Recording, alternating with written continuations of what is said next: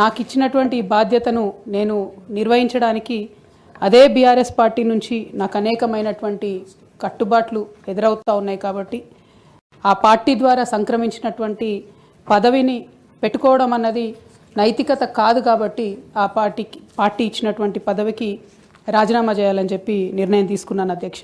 దాన్ని తమరు యాక్సెప్ట్ చేయాలని ఫ్లోర్ ఆఫ్ ది హౌస్లో అడుగుతా ఉన్నాను అధ్యక్ష. అదేవిధంగా అధ్యక్ష, తమరికి తెలుసు అధ్యక్ష, నేను గత 20 సంవత్సరాలుగా ప్రజా జీవితంలో ఉన్నటువంటి వ్యక్తిని.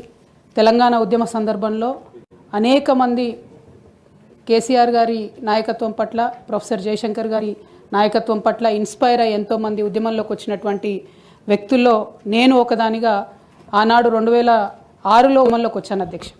2006లో నేను ఉద్యమానికి వచ్చేటప్పటికే బీఆర్ఎస్ పార్టీ పొలిటికల్గా ఒక శక్తిగా ఎదిగింది అధ్యక్ష. ఆనాటికే యూనియన్ క్యాబినెట్ మినిస్టర్గా కేసీఆర్ గారు కూడా ఉన్నారు.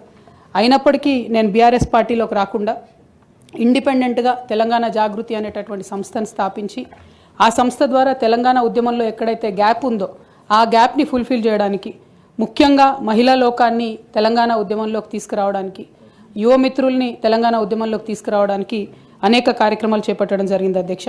అందులో ప్రధానంగా ఏదైతే మన సంస్కృతి గురించి అనేకమైనటువంటి చిన్నచూపు చూసేటటువంటి పరిస్థితి ఉన్నటువంటి సందర్భంలో మన బతుకమ్మ మన గౌరవం అని చెప్పి బతుకమ్మ పండుగను ముందుకు తీసుకెళ్ళి నేను ఊరూరా తిరుగుతూ మరి బతుకమ్మ పండుగ మన ఆత్మగౌరవానికి ప్రతీక అని చాటి చెప్పేటటువంటి ప్రయత్నం చేశాను అధ్యక్ష.